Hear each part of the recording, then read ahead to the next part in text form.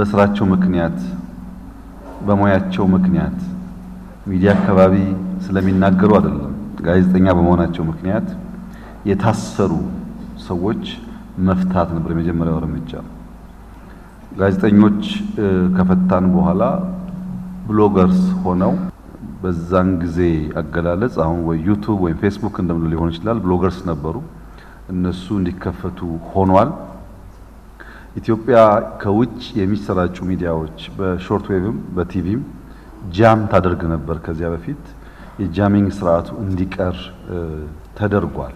ምንም አይነት ሀሳብ እንዳይታፈል ለመልቀቅ ተሞክሯል። የተዘጉ ሚዲያዎች ሀገር መግባት የማይፈቀድላቸው ሚዲያዎች ወደ ሀገር እንዲገቡ ተፈቅዶላቸዋል። ከሚዲያቸው ጋር ተያይዞ የተከለከሉ ጋዜጠኞቹም እንደዚሁ መግባት መስራት እንዲችሉ ተፈቅዶላቸዋል።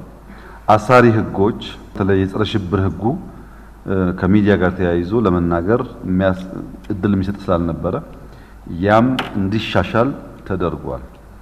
ነገር ግን በሪፎርሙ የነበረን ሚዲያን የመክፈት ሁሉም ሀሳብ ካለከልካይ እንዲንሸራሸር ማድረግ ምንም ችግር አልባ ጉዞ አልነበረም። የሚዲያ ማህበረሰቡ ልክ ታስሮ እንደቆየ ጥጃ ነበር። ታስሮ የቆየ ጥጃ ሁለት ባህሪዎች አሉት።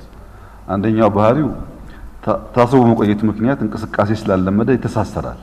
እግሩ እንደፈለገ አይታዘዝለትም። በዚያ ምክንያት ሚዲያው ሲከፈት ዘሎ መግባት የተቸገሩ ሰዎች አሉ። ሁለተኛው የጥጃው ባህሪ ደግሞ ዝም ብሎ መዝለል ነው። እቃም ቢኖር መጣድም ቢኖር መዝለል መስበር ነው። ገና ጉዞ የሚለማመር ስለሆነ በዚያ መልክ ልክ ሚዲያው በቀላሉ ወደ ኢንዱስትሪው መግባት የተቸገሩ ሙያ ያላቸው እውቀቱ ያላቸው ሰዎች አሉ። ወደ ሙያው ደግሞ ሲገቡ ኤቲክስ የሚባል ነገር ያልተከተሉ ነፃነትን በቅጡ ማስተዳደር የተሳናቸው ሰዎች ነበሩ። በዚያ ውስጥ ነው እንግዲህ የተንሸራሸረ አሁን ባለበት ደረጃ የደረሰው ከነችግሩም ቢሆን ማለት ነው።